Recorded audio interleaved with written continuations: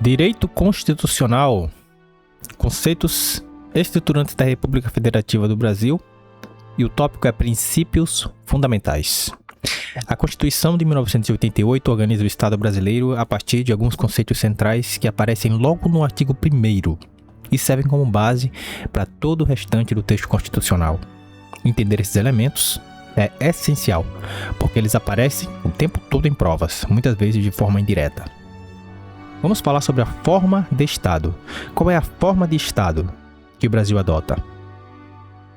Federação.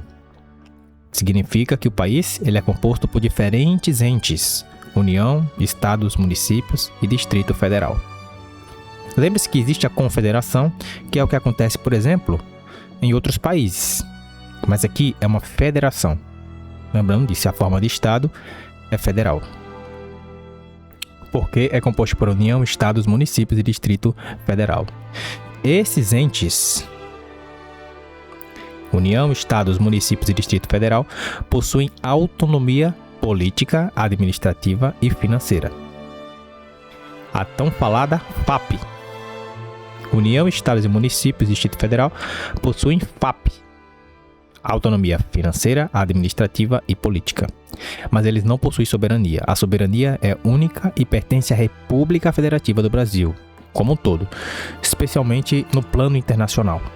Um ponto muito importante é que essa federação é indissolúvel, ou seja, nenhum ente pode se separar do país. Se houver qualquer tentativa de ruptura, pode ocorrer a chamada intervenção federal, que é uma medida excepcional em que a União interfere temporariamente na autonomia do ente para preservar a integridade nacional. Portanto, a federação é indissolúvel. Já a forma de governo, qual você diria que é a forma de governo que o Brasil adota? Tempo. Vimos a forma de Estado, que é federação. Forma de governo é república. Por que é república? Essa forma de governo traz a ideia de que o poder pertence ao povo e deve ser exercido em nome do interesse público, em nome da coisa pública.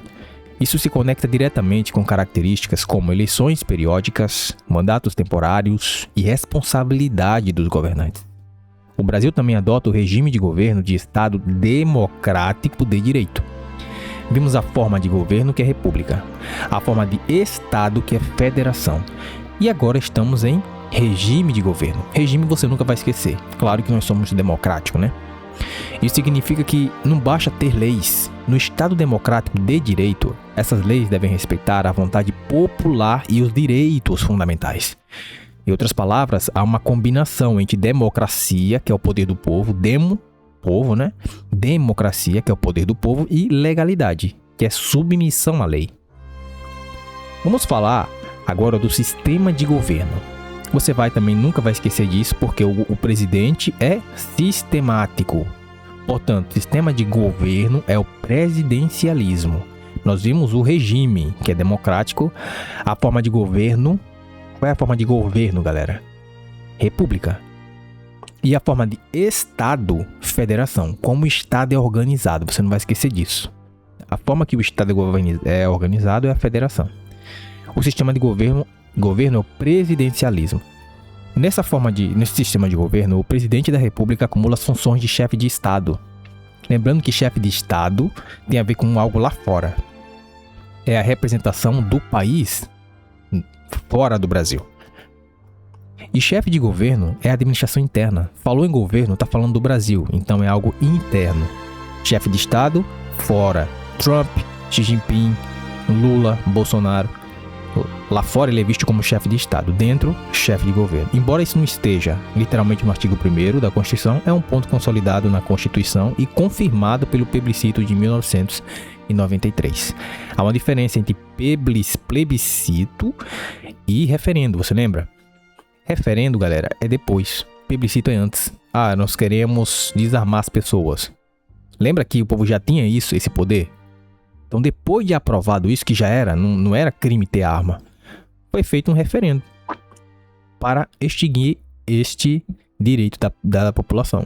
Então, por isso que a gente fala que referendo é depois de algo já ter aprovado, aí consulta a população depois de uma lei já existir. O plebiscito é diferente.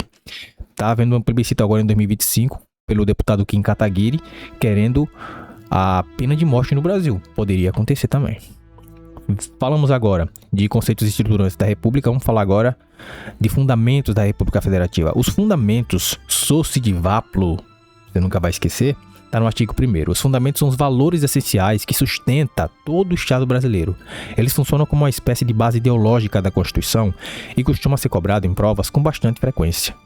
O primeiro deles é a soberania, Soci de Vaplo, que a soberania representa a independência do Brasil perante outros países. É importante não confundir soberania, porque existe o que pertence ao Estado e a soberania externa. A soberania externa isso é autoexplicativo, né?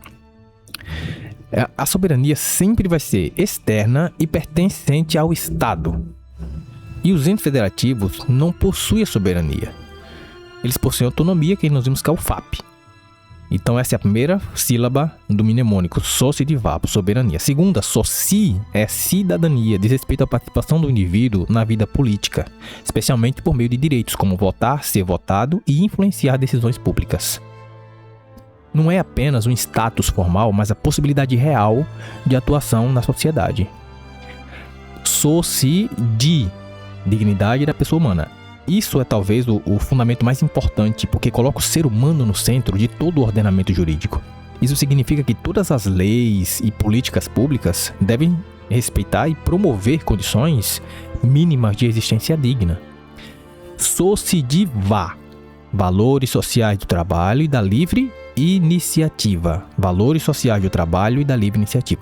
Isso vai mostrar que o Brasil adota um modelo econômico capitalista, mas com preocupação social. Ou seja, a liberdade econômica, mas ela deve conviver com a valorização do trabalho e a busca por justiça social. Por fim, nós temos o PLU, né? Soci de Vaplo, que é o que? O pluralismo político. Já teve pegadinha de prova colocando o PLU como pluralismo partidário. Gente, não é político, é diferente. O pluralismo político garante o quê? A diversidade de ideias, opiniões e partidos.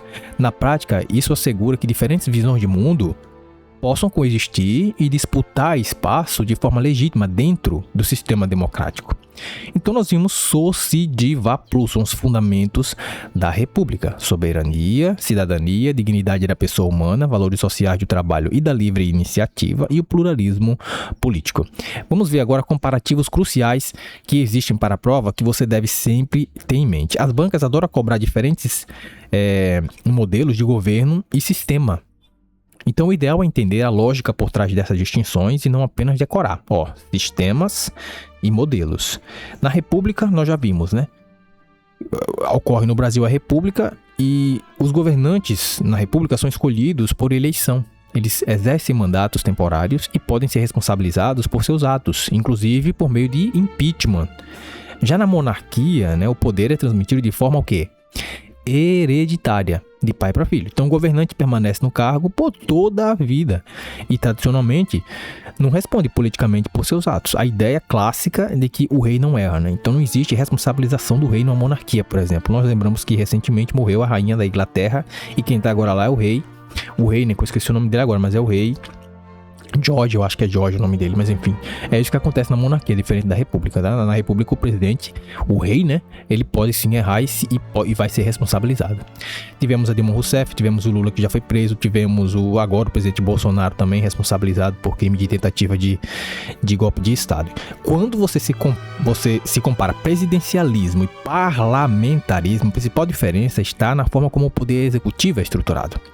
No presidencialismo, há uma figura, que é quem? Presidente. Presidencialismo tem um presidente. O presidente vai concentrar as funções de chefe de Estado e de governo. Ele vai ter mandato fixo. Isso gera uma maior independência entre os poderes. No parlamentarismo, por outro lado, há uma divisão. Então nós temos o chefe de Estado, que é o rei ou presidente, e tem função mais simbólica. Enquanto o chefe de governo, que é o primeiro-ministro, exerce o poder político efetivo, entendeu? Então quem manda é o chefe de governo, ele manda dentro, internamente, lembra? Chefe de Estado, ele tem uma função simbólica, ele vai representar o país em outro lugar, por exemplo. Em outro país, quem tem que ir é o chefe de Estado lá daquele determinada nação. Mas o primeiro-ministro, ele é o chefe de governo, né? Ele que vai fazer as coisas. O poder político efetivo será realizado pelo primeiro-ministro. Esse modelo permite maior flexibilidade porque o governo pode cair antes do prazo por meio de mecanismos como a moção de desconfiança, por exemplo. Isso existe no parlamentarismo, mas não é o caso aqui no Brasil. Vamos falar sobre democracia e exercício do poder. O Brasil adota a chamada democracia semidireta ou mista. Por quê? Vai combinar elementos de participação indireta e direta. A regra geral é o exercício indireto. Então, vamos lá. O povo escolhe representantes por meio de eleição. Então, deputado, senador, você que escolhe isso aí. No entanto, existem mecanismos que permitem uma atuação direta em determinadas situações. Nós vamos ver daqui a pouco pelo menos 3. Plebiscito, referendo e iniciativa popular de lei, tá? Que pode ser diretamente executado pelo povo. Então, indiretamente, porque nós vamos escolher os representantes, mas diretamente vão existir outros mecanismos para você exercer a democracia direta. Por exemplo, o plebiscito ocorre antes da criação de um ato. Então, ele vai funcionar como uma consulta prévia à população. Antes de ser aprovado, vamos consultar a população?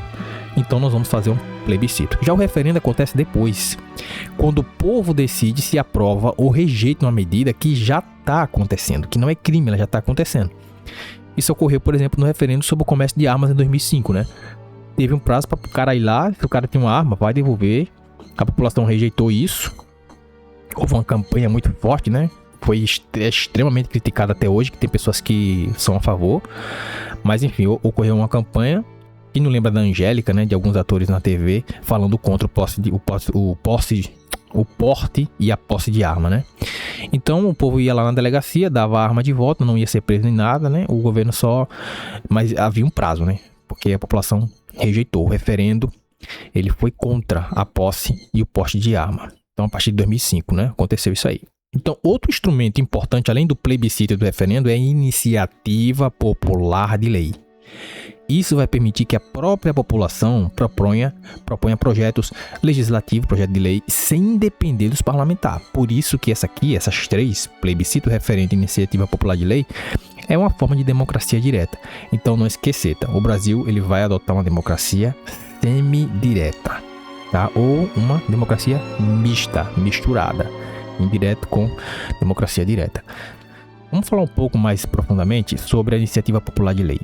A iniciativa popular é um mecanismo muito poderoso de participação direta, mas ela vai cumprir ela vai exigir o cumprimento de requisitos específicos e costuma ser explorada em prova, porque tem algumas coisas algumas porcentagens aí que você vai ter que decorar. No âmbito federal, ela pode ser usada para propor leis ordinárias e complementares, tá? Então sempre que você ouvir falar em lei ordinária e complementar, está falando em âmbito federal. Falou em Estado, aprovou uma lei ordinária. O Estado aprovou uma lei complementar. Não. Lei complementar e ordinária é federal. Tá? Então, essa iniciativa popular de lei pode ser usada para propor exatamente leis ordinárias e complementares, mas não vai servir para proposta de emenda à Constituição, PEC. O povo pode propor uma PEC. Não, PEC não. Emenda não, tá? A iniciativa popular de lei não possui esse poder. Para ser aprovado lei ordinária e complementar, é necessário o apoio de quanto por cento do eleitorado nacional? Quanto por cento do eleitorado, das pessoas que votam, é necessário? 1% do eleitorado nacional. Mas não é só bastante isso. Tem que ter pelo menos 5 estados participado desse 1%. Então, se atingir 1% do eleitorado nacional, mas apenas 3 estados foi necessário para atingir 1%, será aprovado? Não. Então, é 1% do eleitorado nacional distribuído em quantos estados? Pelo menos 5 estados. No mínimo 5 estados. E vamos lá. Em cada um desses 5 estados, qual a porcentagem de eleitor em cada um deles tem que ter? Vamos lá, então, Alagoas, Amapá, Piauí, Sergipe, Ceará. 5 estados. Quanto por cento em cada um desses tem que ter de eleitores? 0,3. No mínimo, 0,3% dos eleitores em cada um desses 5 estados. Para propor o quê? Lei ordinária e complementar. A iniciativa popular de lei tem isso, galera. tá? Para propor leis ordinárias e complementar, tem que haver 1% do eleitorado nacional em pelo menos 5 estados e pelo menos 0,3% dos eleitores em cada um deles. Esse detalhe da distribuição é o que cai em prova. A prova, ela cai em cima disso aí. Então não tentar esquecer isso, tá? Iniciativa popular de lei não pode propor PEC, apenas leis ordinárias e leis complementares. É necessário o apoio de quanto por cento do eleitorado nacional? 1%. Em pelo menos quantos estados? 5 estados, com 0,3% dos eleitores em cada um deles. No nível estadual, as regras variam conforme a constituição de cada estado, porque cada estado possui ali a sua lei orgânica, né? A constituição de cada estado. Então, pode admitir proposta de emenda à Constituição estadual, por exemplo, se houver previsão. Então, lembra disso, tá? A PEC, emenda à Constituição, no âmbito federal, jamais poderá ser proposta com iniciativa popular de lei, em âmbito federal. Mas dependendo da Constituição do estado, aí sim, a emenda à Constituição estadual.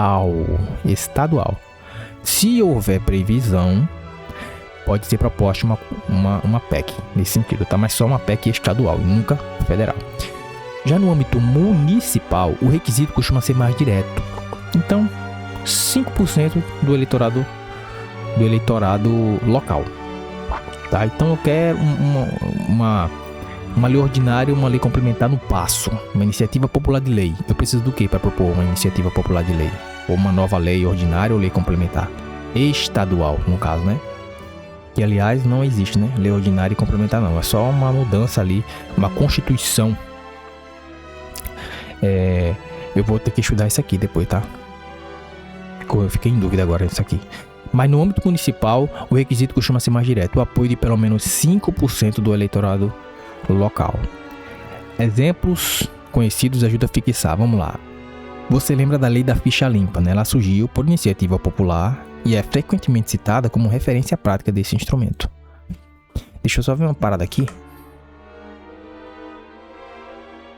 pra gente não ficar com essa dúvida, né?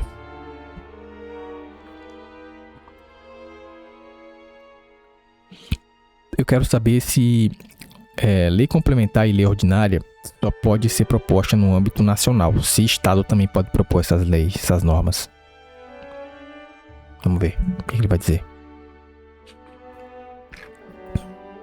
Não, as leis complementares e ordinárias não são exclusivas do âmbito nacional. Tá vendo aí? Os estados de Distrito Federal e município também podem propor e aprovar tanto leis ordinárias quanto leis complementares. Oxi! Os estados, Distrito Federal e município também podem propor e aprovar leis ordinárias quanto leis complementares. No Brasil, adota-se uma federação, que significa que o poder de criar leis é compartilhado em diferentes níveis.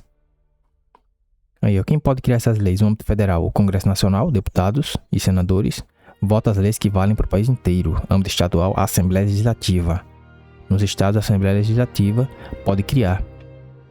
No âmbito municipal, a Câmara de Vereadores cria leis locais, que são sancionadas pelo prefeito. Olha que interessante, né? O que muda não é o tipo de lei, se é ordinária ou complementar, mas sim o assunto, competência sobre o qual ela trata. Entendi. Também, dependendo do assunto, né? Então não é o tipo de lei, é o assunto. Como saber se o Estado ou a União pode legislar? A Constituição Federal de 88 divide os assuntos entre eles, exclusivo da União. Só o âmbito federal pode criar leis ordinárias ou complementares sobre direito penal, direito do trabalho, trânsito, emissão de moeda ou forças armadas. Um Estado não pode criar uma lei ordinária para mudar a pena de um crime, por exemplo. Tá, isso aí é meio lógico. O que é exclusivo do Estado? O Estado trata da sua própria organização administrativa, da Polícia Civil e Militar, de assuntos de interesse regional. Além disso, a Constituição dá aos Estados a competência residual, ou seja, o que não for proibido e não for da União ou dos municípios, o Estado pode legislar. Interessante, tá vendo? Então o Estado, não sei nem se a gente vai ver isso no material, mas eu tô dando uma olhada aqui no Gemini. Direito do trabalho, de trânsito, emissão de moeda ou forças armadas. O Estado é exclusivo do Estado, a organização administrativa, Polícia Civil e Militar e de assuntos de interesse regional. E lembrando da competência residual, o que não for proibido e não for da União ou dos municípios, o Estado pode legislar. E temos agora concorrente, assuntos como direito tributário, previdência social, proteção ao meio ambiente e educação podem ser legislados por ambos, tanto pela União quanto pelo Estado. A União cria as normas gerais e o Estado complementa para a sua realidade. Legal. Então temos assuntos concorrentes, tá? Tanto da União como de Estado. Ó. Então, isso que aí sem prova eu ia dizer que era só o Estado. Mas, ó, direito tributário, previdência social, proteção ao meio ambiente e educação podem ser legislados por ambos. Olha que interessante, né? Lei ordinária é regra geral. Trata da grande maioria dos assuntos do dia a dia. Essa é a lei ordinária. Quórum para aprovação da lei ordinária é a maioria simples. Basta a maioria dos políticos que estiverem presentes na votação. Maioria simples é isso. Essa é a lei ordinária. Trata de grande maioria dos assuntos do dia a dia. Já a lei complementar é um negócio mais robusto, né? Só é usada quando a Constituição exige expressamente para regulamentar um tema específico. Tá vendo? Quando a Constituição exige, aí usa a lei complementar. E o quórum para aprovação é a maioria absoluta. Então precisa do voto de mais da metade de todos os membros da casa presentes ou não. Não esquecer isso. Maioria simples, quem tá lá. Né? Tem 10. Precisa de 6. Se tá presente 10, precisa de 6. Mas o total é 20. O total é 20. Então eu não preciso de 11. Eu preciso de quem tá lá, pô. Essa é a maioria simples. Já na maioria absoluta eu preciso dos 20. A maioria de todos que tá lá, né? Mas só tem 12. Não importa. Tem que ser a maioria dos 20. Que no caso seria 11, né? Interessante. Se o Estado precisa regulamentar a estrutura da sua defensoria pública ou do Ministério Público Estadual, assuntos que a Constituição exige lei complementar, a Assembleia Legislativa do Estado vai propor e votar uma lei complementar estadual. Para a maioria dos outros assuntos diários, usará a lei ordinária estadual. Interessantíssimo, né? Vamos voltar aqui. Natureza jurídica e cláusulas pétreas. As cláusulas pétreas são limitações ao poder de reforma da Constituição. Elas representam aquilo que não pode ser abolido nem mesmo por emenda constitucional, garantida a preservação da essência do Estado. Embora o artigo 60, parágrafo 4, trata de um rol explícito dessas cláusulas, então ele vai falar ali a forma federativa, o voto, separação do poder, direitos fundamentais, isso aí tudo é cláusula pétrea. Embora ele traga isso, ele vai partir da doutrina, da doutrina entende que existem também cláusulas pétreas implícitas. Nesse sentido, autores como Gilmar Mendes defendem que o título primeiro da Constituição, que é os princípios fundamentais, possui natureza pétrea, porque alterar esses elementos significaria na prática mudar completamente a identidade do Estado brasileiro. Em prova, o mais importante é entender a lógica. As cláusulas pétreas existem para proteger a estrutura essencial da Constituição contra mudanças que a descaracterizem. Vamos falar dos fundamentos da República, detalhamento doutrinário e prático. Embora o mnemônico Sousa de Vápolo ajude a memorizar, as bancas costumam exigir que você entenda o conteúdo real de cada fundamento. O que significa, por exemplo, dignidade da pessoa humana, essas coisas assim. Às vezes ela vai pedir o conceito. Então nós vimos que a soberania pertence exclusivamente à República Federativa do Brasil, no plano internacional. Já os entes federativos, Estado, município, Distrito Federal, possui autonomia, o FAP, que nós vimos, né? Federativa, aliás, financeira, administrativa e política. Na prática, significa que estados e municípios podem se organizar, arrecadar, governar, mas sempre dentro dos limites da Constituição, não podendo, por exemplo, manter relações internacionais independentes. Vimos sobre cidadania que no direito constitucional não se confunde com nacionalidade. Vamos lembrar disso.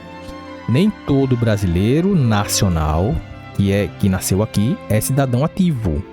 Cidadão, tecnicamente, é quem está no gozo dos direitos políticos, especialmente o direito de votar. É a capacidade eleitoral ativa, né? Votar. E também existe a capacidade eleitoral passiva. Lembrando que a capacidade de votar surge de forma facultativa aos 16 anos. É facultativo tanto aos menores de 16 até Os 17, né? Porque 18 já é obrigatório e é facultativo também para os analfabetos. E parece que para os maiores de 70, tá? Parece que é para maiores de 70 também. Já o direito de ser votado, capacidade eleitoral passiva, exige requisitos mais rigorosos. Então você vai ter que ter a idade mínima, que é o 18 anos, por exemplo, e outras condições previstas na Constituição, né? Vamos falar sobre a dignidade da pessoa humana. Essa questão de voto a gente vai ver em direitos políticos, mais profundamente.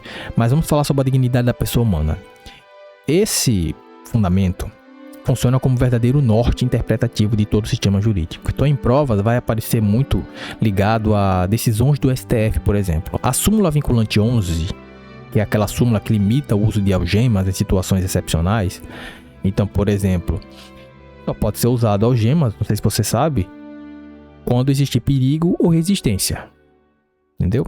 Ou vamos lá, o cara tá oferecendo perigo, ele tá ameaçando bater nos policiais, bota algema. Ele tá ameaçando que vai fugir.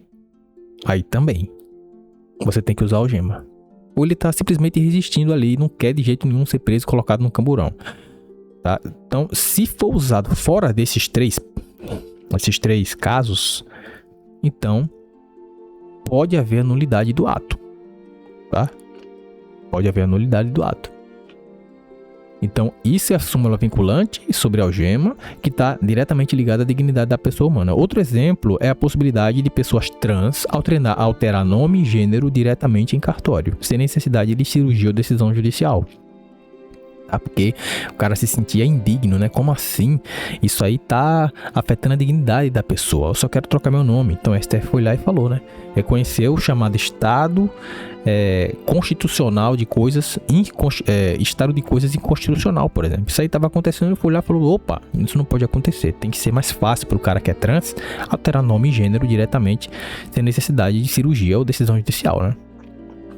No sistema prisional, por exemplo, o estado de coisas inconstitucional foi aplicado porque admitiu-se agora que há violação estrutural de direitos fundamentais no presídio. Isso aí é bem polêmico, né? Tem pessoas que acham que se o bandido quisesse ter uma vida boa e digna, ele não deveria ter matado, não deveria ter roubado, entendeu? Mas enfim, o STF é a maior instância da justiça no Brasil. E aí os caras que decidem, né? Vamos falar sobre os valores sociais do trabalho e livre iniciativa. Esse fundamento mostra que o Brasil adota um modelo capitalista com preocupação social. Não se trata de escolher entre lucro ou proteção do trabalhador. Mas esse fundamento vai buscar um equilíbrio entre desenvolvimento econômico e justiça social.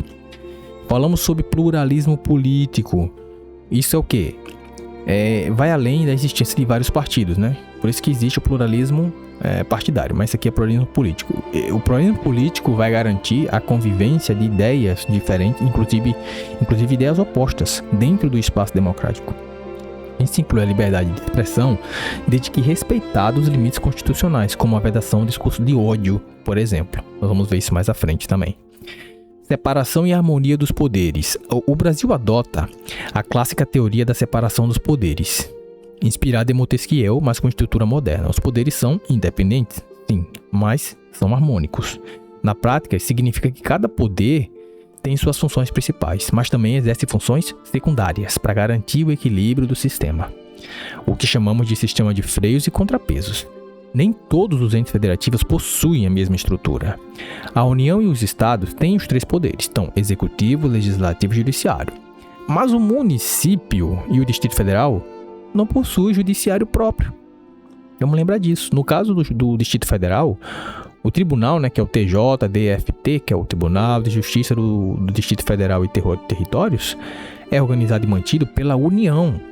Então, o Distrito Federal não possui esse poder. Vamos lembrar disso. Cada poder possui funções típicas e atípicas. O executivo, por exemplo, qual é a função típica dele? Administrar. Mas ele pode legislar? Pode. Medidas provisórias do presidente, por exemplo. Isso é uma forma de legislar. Uma medida provisória do presidente, que é o executivo. Ele também julga em processos administrativos do presidente. O judiciário, qual é a função típica dele? Julgar. É a função típica. Mas ele pode administrar a sua estrutura e elaborar os seus regimentos internos. O STF faz isso direto. Já o legislativo, ele vai fiscalizar junto com o CNU. A legislativo, gente, a função típica dele eu não preciso dizer, né? É legislar, criar leis, fiscalizar também. Mas ele julga. Onde o impeachment é julgado, galera? No Senado. Além disso, existem órgãos que não se subordinam diretamente a nenhum desses três poderes. Então, Ministério Público, Defensoria Pública, Tribunais de Contas são, por exemplo, 3 órgãos que são completamente independentes. Ele não se subordina a isso. É subordinado ao executivo? Não, entendeu? São independentes. Eles possuem autonomia administrativa e orçamentária, sendo frequentemente chamados de órgãos autônomos ou órgãos satélites. Então, autonomia administrativa e orçamentária, Ministério Público, Defensoria Pública e Tribunal de Contas. Vamos falar sobre os objetivos? Conga Pro Erra, quem não lembra disso, né? Conga Pro Erra. Vamos falar então. Conga Pro Erra seria o que, galera? Com, construir, garantir, promover, erradicar e reduzir. Erradicar e reduzir. Só que o reduzir, erradicar e reduzir estão juntos, tá? Então não é outro. Por isso que a gente termina com erra, né? Porque é erradicar e reduzir. Os objetivos fundamentais representam aquilo que o Estado brasileiro busca alcançar. Então, diferente dos fundamentos que mostram o que o Estado é, aqui nós estamos falando de metas, entendeu? Então, não é difícil de esquecer nem confundir. Objetivo, meta. Tem um objetivo, tem uma meta. Fundamento tá lá, é o que o Estado é. Beleza? Um ponto importante é que esses objetivos costumam aparecer com verbos no infinitivo. Então, vai facilitar a identificação na hora da prova. Você usa esse mnemônico, né? Conga Pro R. Ou Pro Erra, que fica mais fácil, né? Erradicar. Eu coloquei R porque pegava o de erradicar e o re de reduzir, né? Mas Conga Pro Erra, você vai lembrar disso também. A Constituição fala em erradicar a pobreza. Isso indica que a intenção de eliminar a pobreza completamente existe. O Brasil tem essa intenção. Erradicar a pobreza. Já em relação às desigualdades sociais, o termo usa o verbo reduzir. Ele reduzir as desigualdades sociais. O objetivo é diminuir, reduzir, mas reconhecendo a complexidade do problema.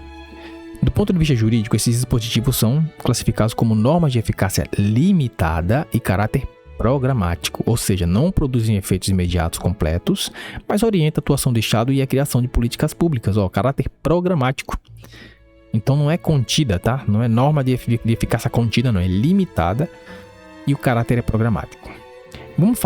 Nós vamos ver mais à frente também sobre o tipo de normas, tá? Isso aí não se preocupa não.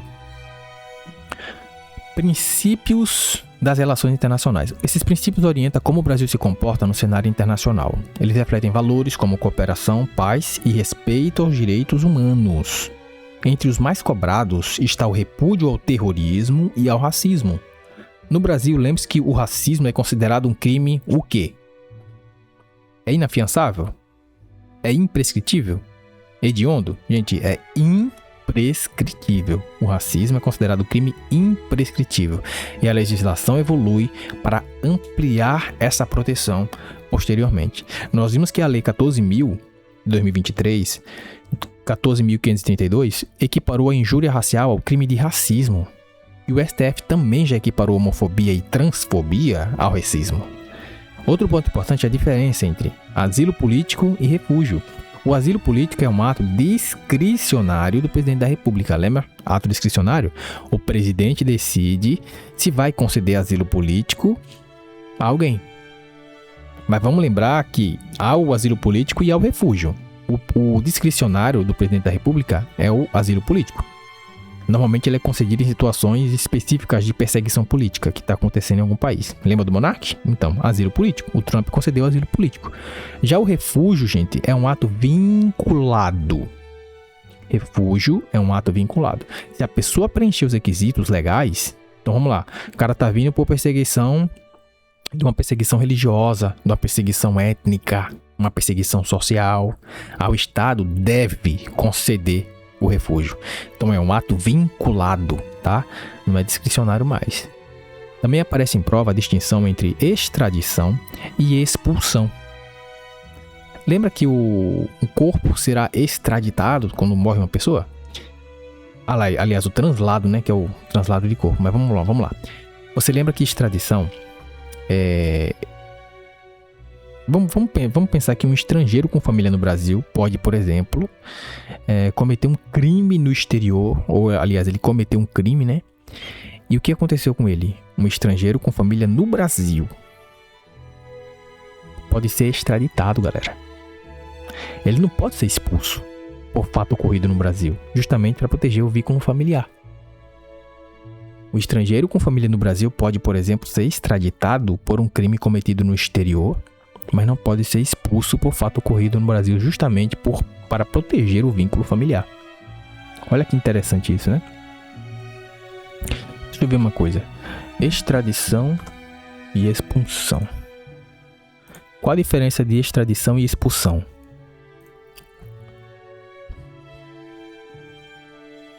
Embora ambos conceitos envolvam a saída forçada do estrangeiro do território nacional, a extradição e a expulsão têm motivos, objetivos e processos completamente diferentes. A diferença principal está em quem pede a saída e por que ela acontece. Na extradição, outro país está pedindo o indivíduo para julgá-lo. Então, Moraes pediu a extradição do monarca, né? Para o monarca ser julgado aqui. Entendi. Na expulsão, o próprio Brasil decide que aquela pessoa não é bem-vinda por ter cometido um crime grave aqui. Essa é a expulsão, né? O cara vem pra cá, César Batista deveria ter sido expulso, né? Cometeu um crime aqui e vai embora, né? Interessante demais. O crime foi cometido fora do Brasil e tem efeito lá. Quem decide? O processo passa obrigatoriamente por uma análise do Supremo Tribunal para garantir que os direitos humanos sejam respeitados e depois a decisão final de entregar ou não cabe ao presidente da República. O Brasil nunca extradita brasileiros natos. Tá vendo aí? Se o brasileiro é nato, ele nunca pode ser extraditado. A expulsão é uma medida administrativa de defesa do Estado. Ela ocorre quando o estrangeiro comete um crime grave aqui ou pratica coisa que não deve. A ordem pública ou a tranquilidade social, por exemplo. O estrangeiro comete crime no Brasil ou violou gravemente as regras do país, então ele vai ser expulso. Quem decide é uma decisão do Poder Executivo, é o presidente, sem a necessidade de um pedido de outro país. O Brasil simplesmente decide botar pra fora. Olha aí, Trump fez isso, viu? Lembra? Dos caras vindo da algema lá? Os caras tudo lá ilegal, o Trump falou, vai embora. O expulso fica proibido de retornar ao Brasil por um período ou permanentemente, dependendo do caso. Caraca, hein? Olha. Interessante, né? Então é isso. Cadê? Não, cadê o livro? Eita, meu Deus, eu fechei, foi. Putz, tá aqui. Vamos falar sobre síntese estratégica para a prova. Isso aqui não era importante não, mas eu coloquei. Para evitar confusão, o ideal é guardar a lógica por trás de cada artigo do título 1 da Constituição. Fundamentos, que é o que o Brasil é. Sorte de vápulo. Poderes, né, que mostra como o Estado se organiza internamente. Então nós vemos que é executivo, judiciário e legislativo. Objetivos, que é o Conga Pro erra. Lembrando que o último erra é erradicar e reduzir. Relações internacionais, vai definir como o Brasil se comporta no cenário externo. E todos esses dispositivos formam os chamados princípios fundamentais, que são a base da interpretação de toda a Constituição e aparecem com muita frequência em provas, especialmente em questões que misturam conceitos para testar sua compreensão. Legal. Vamos ver o que o Gemini tem para falar para nós? Não. Vou pegar aqui isso aqui, ó, que é... Cadê o que eu salvei aqui? Ixi. Não entendi. Eu tinha salvado alguns aqui. Lindbin. Isso aqui é outra conta, é? Putz, grila. Eu tava com a conta salva aqui, mano. Aí é fogo, hein? Ué, eu tinha algumas coisas colocadas aqui, não tá mais. O que é isso aqui?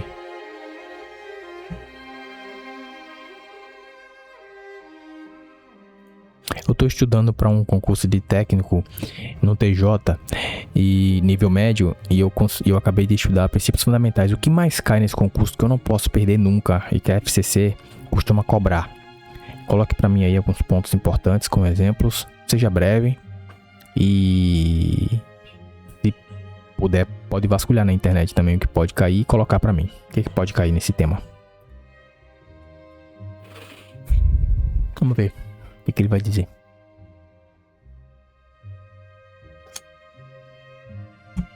Não, Não, direitos e garantias fundamentais? Será que é isso mesmo?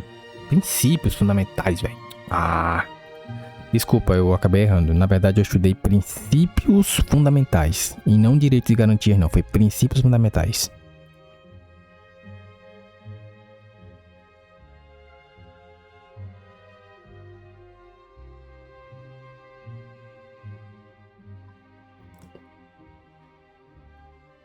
Vamos lá. Soberania e dignidade, aqui a gente já viu. Isso, olha lá, a banca vai dizer que erradicar a pobreza ou promover o bem de todos é um fundamento, não é? Tem que saber. É erradicar a pobreza? Olha lá, é erradicar, galera. Isso aqui é um objetivo, eu quero erradicar. Promover o bem de todos? Também, olha lá, eu quero promover, é o objetivo, né? É isso mesmo. Separação dos poderes, a gente viu aqui, a FCC costuma cobrar o conceito de funções típicas e atípicas. Então, o judiciário tem a função típica de julgar, mas exerce função atípica de administrar, tá vendo aí? Isso tem que saber. Os atípicos, né? Objetivos fundamentais, construir, tal, tem tudo aqui, promover, erradicar a pobreza e marginalização e reduzir as desigualdades sociais e regionais. Olha aí, ó, tá vendo aí? Você só pega o Conga Pro erra, mas ele vai colocar reduzir a desigualdade social e internacional. Aí já errou. É reduzir desigualdades sociais e regionais. Erradicar o quê? A pobreza e a marginalização. Vendo aí? Garantir o quê? O desenvolvimento social. Promover o quê? O bem de todos, sempre o conceito de origem, raça, sexo, cor, idade, qualquer outra forma de discriminação. Importante. Princípios das relações internacionais nós vimos, né? Prevalência dos direitos humanos, não intervenção e autodeterminação dos povos. Não intervenção e autodeterminação dos povos, defesa da paz e solução pacífica dos conflitos, repúdio ao terrorismo e ao racismo, concessão de asilo político. Vendo aí? Parágrafo único especial. O Brasil busca a integração econômica, política, social e cultural dos povos da América Latina, visando a formação de uma comunidade latino-americana de rações. Vendo aí? Então a FCC vai trocar a América Latina por Mercosul ou América do Sul, que tá errado, né? Interessante demais, né? Tá vendo aí? Muito bom. Então esse foi o nosso tema sobre princípios fundamentais. Um abraço.